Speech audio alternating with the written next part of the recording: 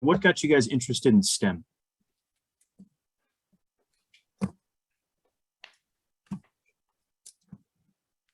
You're muted. I'm on mute, sorry. So for me, it was back in high school. I was interested in math and science, and I didn't really know like what that meant or what I should do with it. So everyone was kind of like, well, math and science is engineering, so try that out. I was lucky enough, my high school had, it was called Project Lead the Way. It's kind of like an introduction to engineering program. So I took the very first class, just the intro, and I was interested. So the next class I took was digital electronics, and that's kind of what really got me into electrical engineering specifically. So from that, I did a summer camp while I was still in high school for electrical engineering. That was kind of just an overview of all the different things you could do with electrical engineering. And I decided I really liked that, so I decided to major in it, and it's worked out since then. For me, I knew since I was in about 4th grade. Well, we did at my elementary school, we had science outreach programs. So we had a rocket club, and I wanted to work in space, and I currently work in space. So I'm doing what I wanted to do since I was in 4th grade. So I think it was the outreach program. The 4th grade science teacher did. I won't forget his name, Mr. Ryan. So it was really fun, and that is what got me into it. That's awesome. You're one of the unicorns who knew what they wanted to do really young. Could I ask a question real quick, following up on that? Yeah, please. Sarah and Brandon, and this might be helpful to the others on the call. Having gone into industry, and I know you went, Sarah, for example, through an internship, but having gone into the industry, could you tell us what were the gaps there? So you went to school for several years, you learned all these things, and when you got to work, to an actual work setting, what is it that you would say that you would think, you know what, I don't know this, and that. I wish back at school, I had taken these courses or done these things in order to be more ready for this position in the electronics industry? That's a good question. I think the classes at school help. There's a lot. I know I had a lot of opportunity, as I kind of mentioned before, to try different areas of electrical engineering. I mean, there's definitely like your requirements, but you can also kind of branch out a little bit. So I kind of used that to, again, kind of decide which direction I wanted to go in. So those definitely helped me there. And then, yeah, starting a full-time job, you get out of school, you feel like you've learned a ton over the past 4 years, which you have. But then a lot of it is on the job learning. And kind of like Brandon said earlier, in school, you do your homework and it's right or wrong, right? You take an exam and you pass or fail.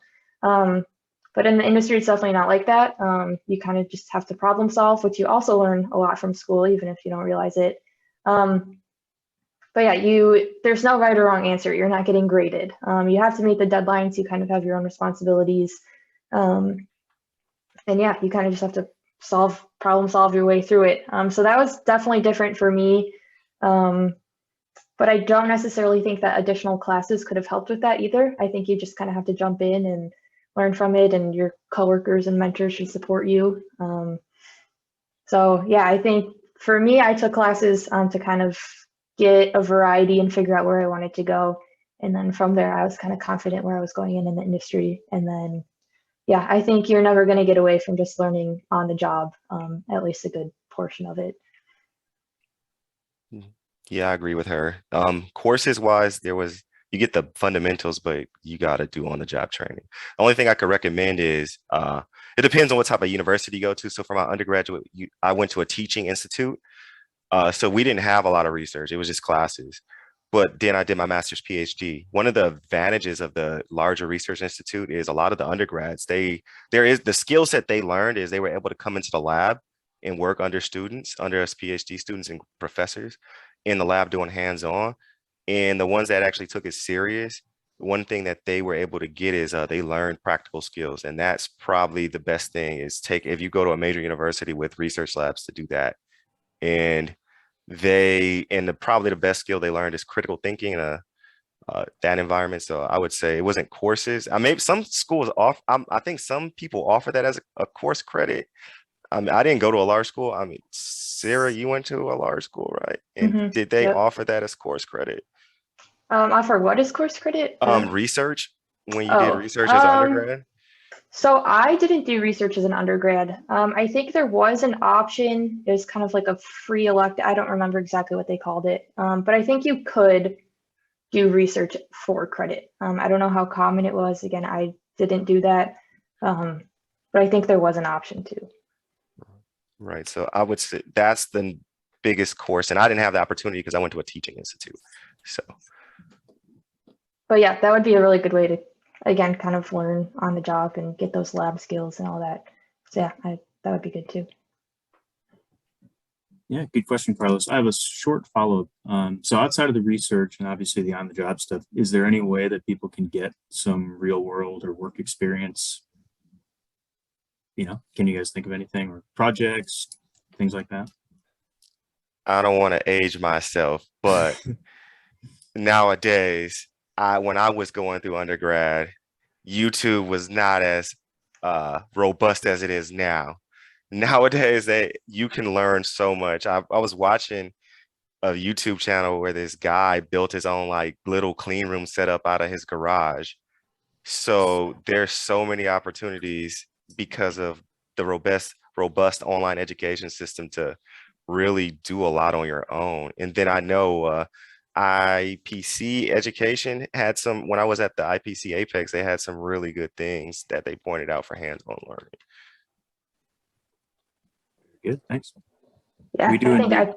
yeah, I'd say IPC definitely had good opportunities at the Apex conference. Yeah, in terms of getting real world experience, I don't know, definitely internships, talking to other people just helps.